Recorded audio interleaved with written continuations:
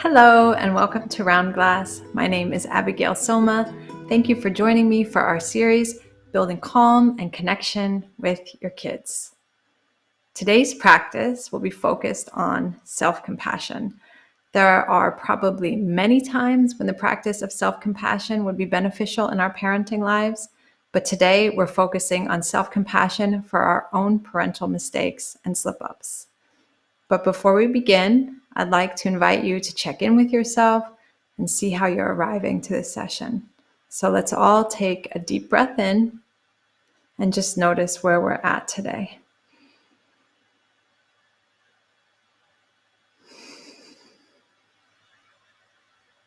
Okay, welcome. So it's great to be here in Vienna, Austria, meditating live with all of you virtually. Thank you so much for being here.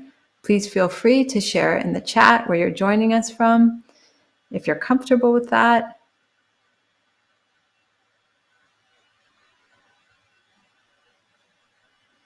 Okay, so whenever I'm about to give a session on self-compassion, it seems that something happens right on time to remind me why I do this work and why self-compassion is so important and so vital for parents.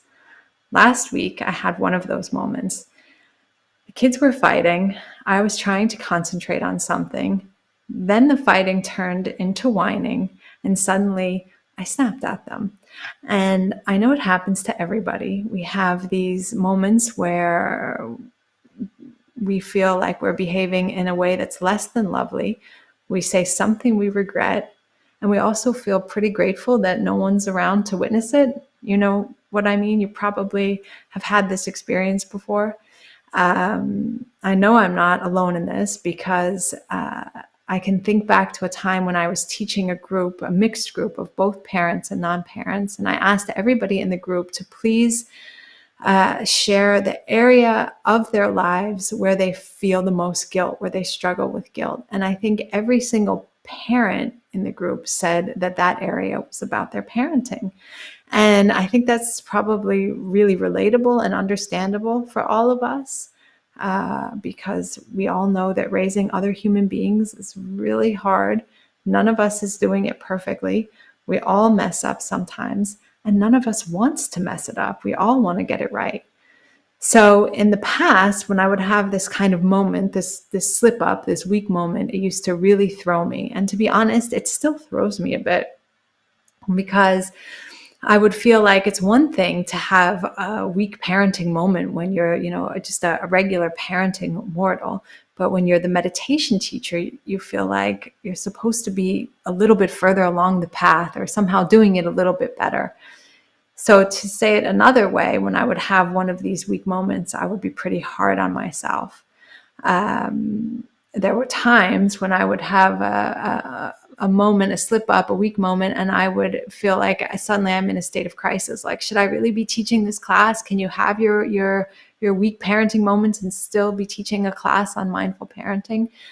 And of course, this is where the practice of self-compassion comes in and is so beneficial. And I say that there are three related tools in the mindful parenting toolbox: self-compassion, self-forgiveness, and self-love.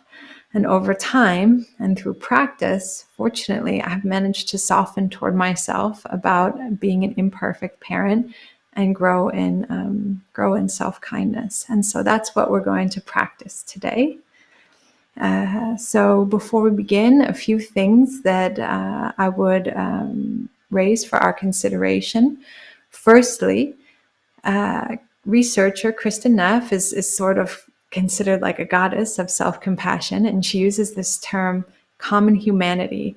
And what she means by common humanity is this idea that these struggles that we're having, they're common to all of us. We're all in the same boat. As I just said before, none of us is doing it perfectly. We are all doing it imperfectly, and yet we all so much want to get it right. And so that's something that unites us in common humanity.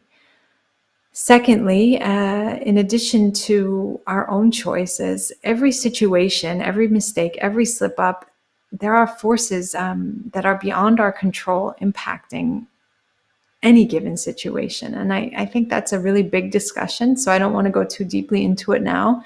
But if we really sit with it and dissect it, we can see that there are always outside factors in any given situation that contribute to it.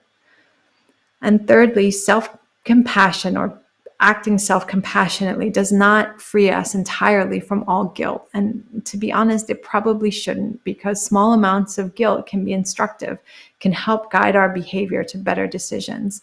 But I think what self-compassion does do is it frees us from shame, or from carrying that guilt to an extenuated extent.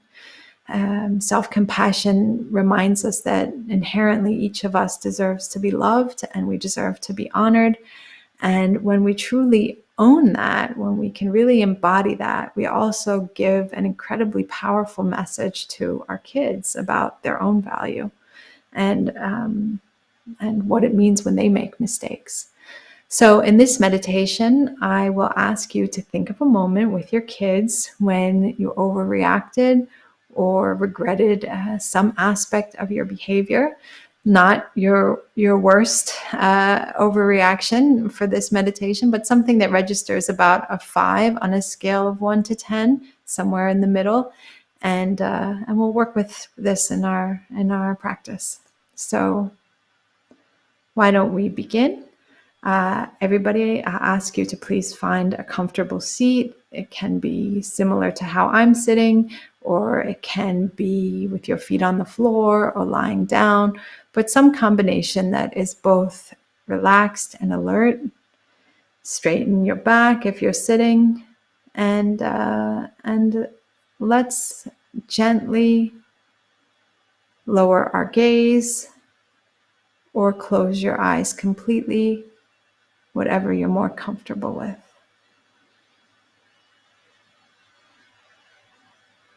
And as we always do, let's begin with some long, full, deep breaths.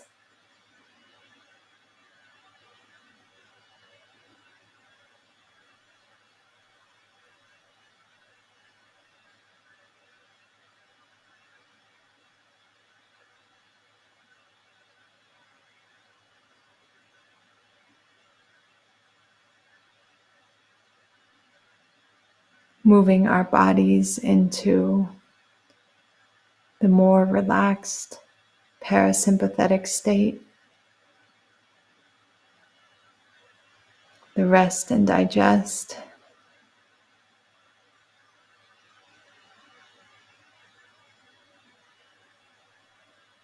And gently drawing your attention to the inhales and the exhales.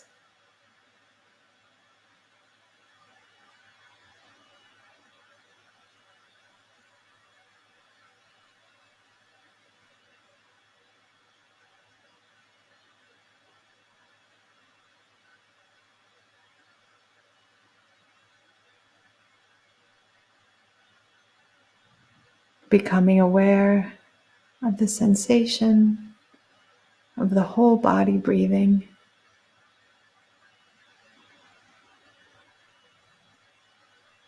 How these intentional breaths feel in our bodies.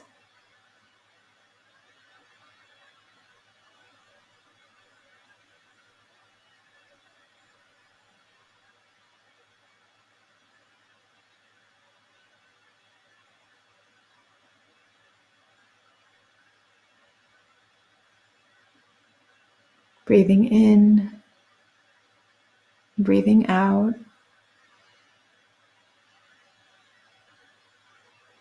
Returning to the breath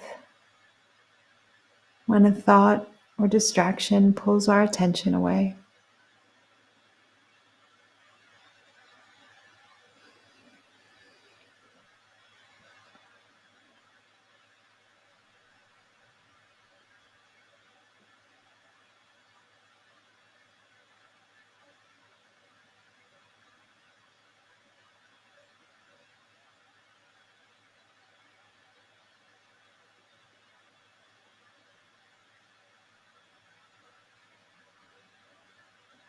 breathing in long, slow inhales.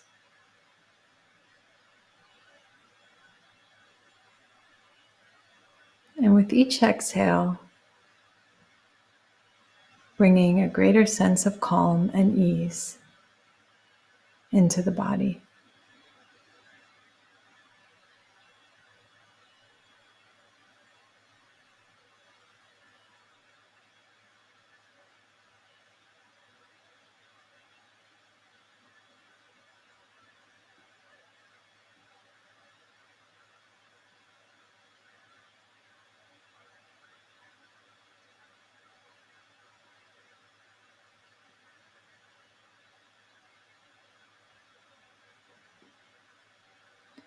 Now call to mind a situation in your parenting life where you felt you overreacted with your child or your children, or a moment where you regretted the way you behaved.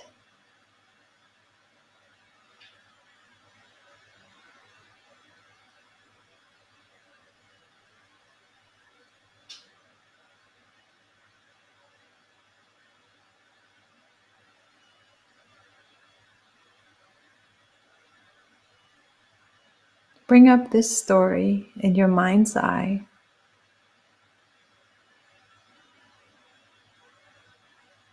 as vividly as possible.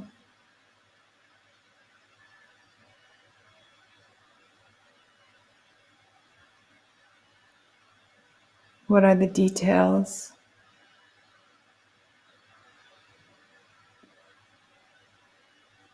The images?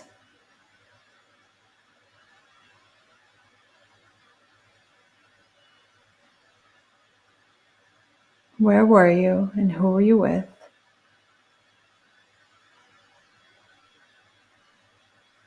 What happened?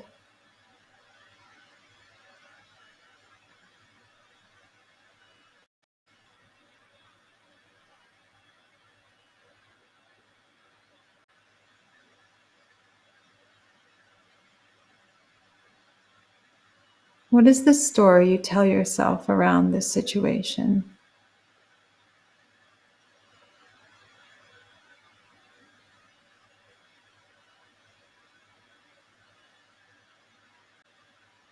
What is the specific pain in this story?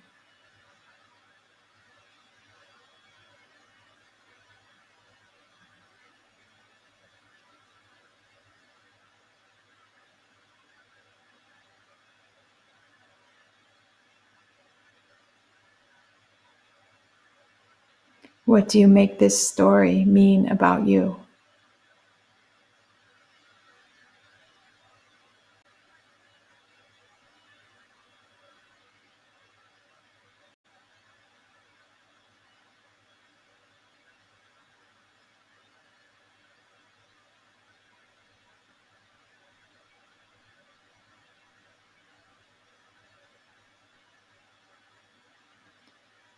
When you revisit this situation, what do you feel in your body?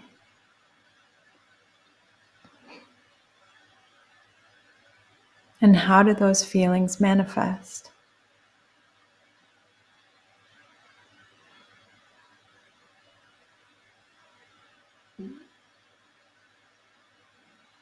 In the chest,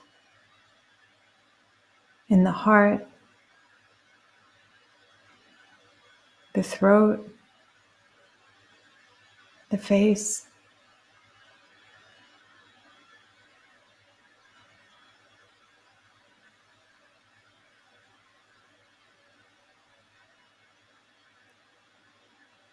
Just notice and become aware of how this story physically manifests in the body without running away, just noticing.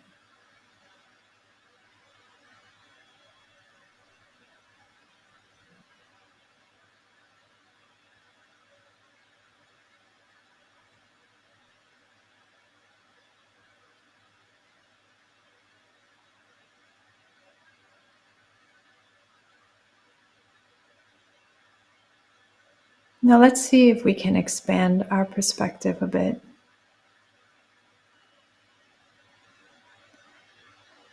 How can you look at this situation differently?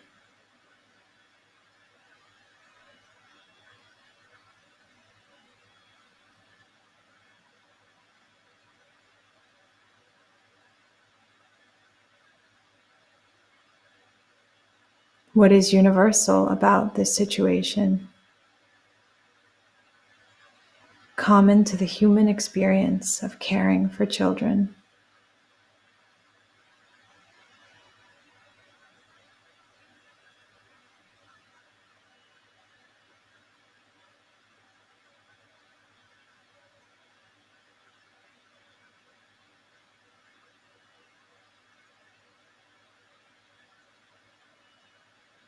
Can you think of any outside forces at play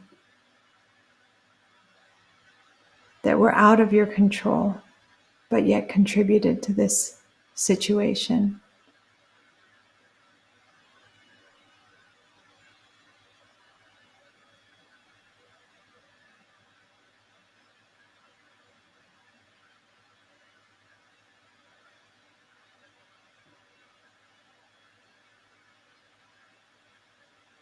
What would the voice of kindness and mercy say about this experience? The wiser part of you that sees all the good in you and all the good that you do.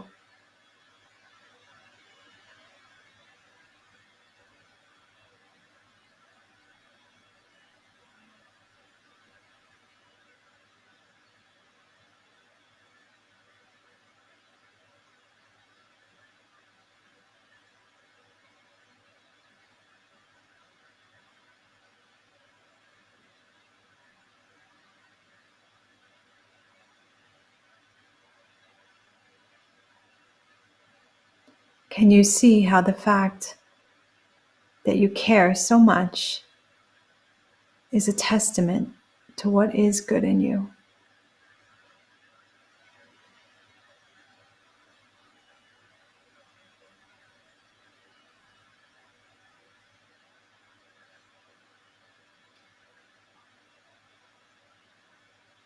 If you like, you can place your hand across your chest as a sign of supporting yourself, of holding whatever is inside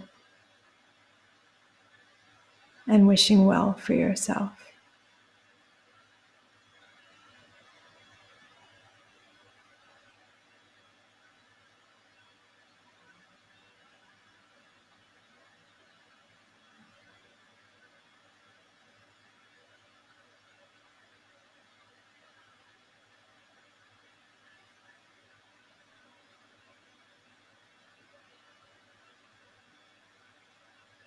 In this modified passage from author Elizabeth Gilbert, she reminds us that none of us is expected to be perfect on the caregiving journey. She says, your job on this earth was never to be the perfect caregiver, the perfect mother, the perfect wife, the perfect friend, the perfect anything. Your job has only ever been to learn how to find mercy for yourself. Mercy for the difficult, sometimes impossible, dilemma of being human. Your only job is to find mercy, starting with you again and again and again.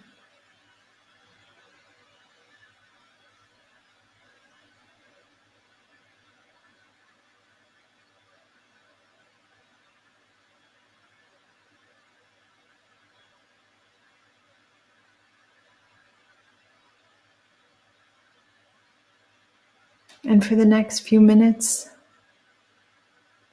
let's sit in silence with this energy of healing and holding ourselves in kindness.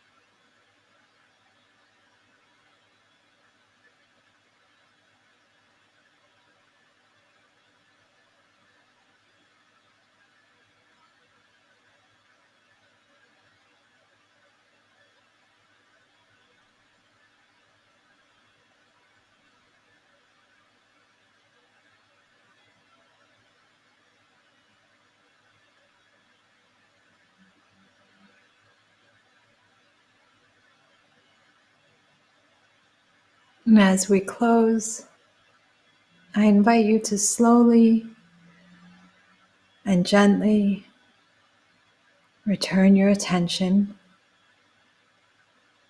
to the movement of the breath,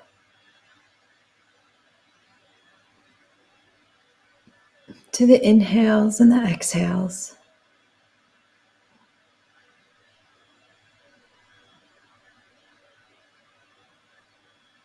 And let's take 3 more long, full cycles of breath. And then whenever you're ready, turn your attention back to this space.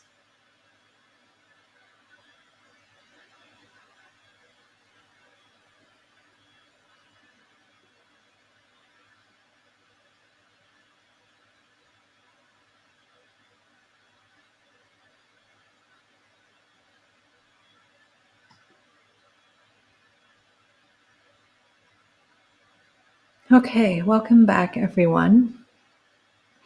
If there are any questions, I would be very happy to take them now. And then afterwards, I would like to share a few additional thoughts about self-compassion. Okay.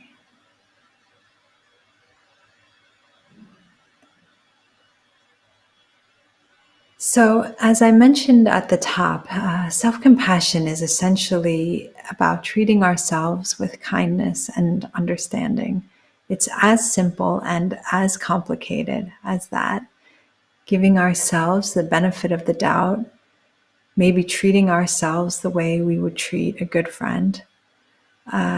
Self-compassion is the opposite of punishing ourselves for our mistakes.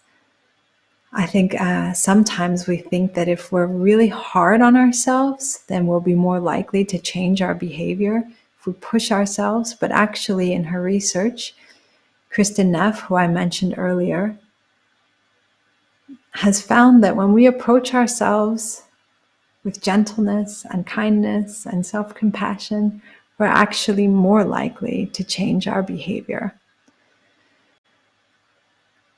So before the meditation, I told you this little story about how I snapped at my kids last week and I didn't feel very proud of myself.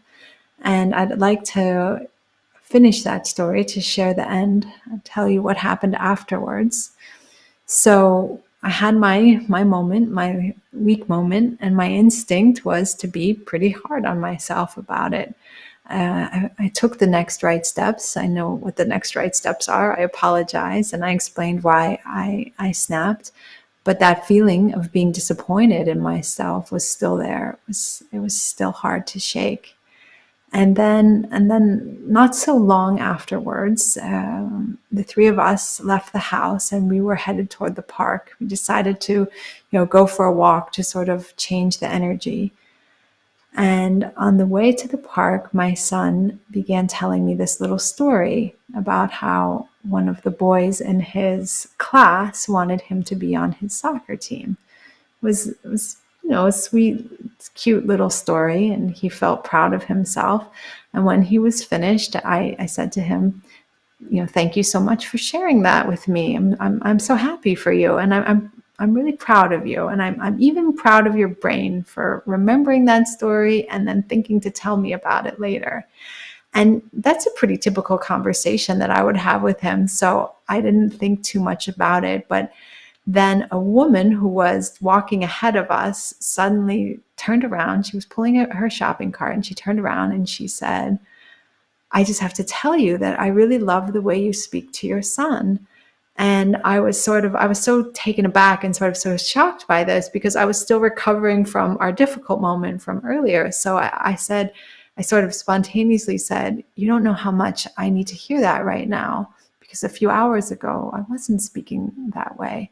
And then she said, well, everyone makes mistakes, but the way you spoke to him just now was beautiful. So it really felt like serendipity, and I don't know how or why these serendipitous moments sort of fall into our lives, but I felt like she was giving me permission to be imperfect, to have an imperfect moment. The same permission that I actually needed to be giving myself. And I hope that today you will give yourself that permission to be imperfect as a parent. It's not possible to do it any other way. And as always, of course, whatever we do for ourselves in terms of kindness and self-compassion, we also do for our children. One of the best ways to teach it is to role model it. So let me just take one or two final questions before we sign off. I love the idea of having more self-compassion. How can I take this practice off the cushion? I think so. Kristen Neff says that she has 3 components to self-compassion. And the first one, she says, is mindfulness. And that's sort of being aware that you're having a moment of suffering. And our own mistakes, we are kind of suffering when we feel that sense of guilt and shame. But many, many times in our parenting, we have moments where we have feels like a moment of suffering, and it's becoming aware of that. And those happen throughout our day. To become aware of that, to realize that this is part of our common humanity, and to extend that sense of kindness to ourselves. So it's sort of like the merging of mindfulness with self-compassion, bringing that awareness, stopping, taking a breath. And I think we have time for maybe one more. When do you like to do this meditation? Can you overdo it? No, I don't think so. I don't think that we don't want to dissect everything we do all the time. But I think this idea of, even in the other day in the store, I was sort of running around in the store with my hand on my heart. And I think that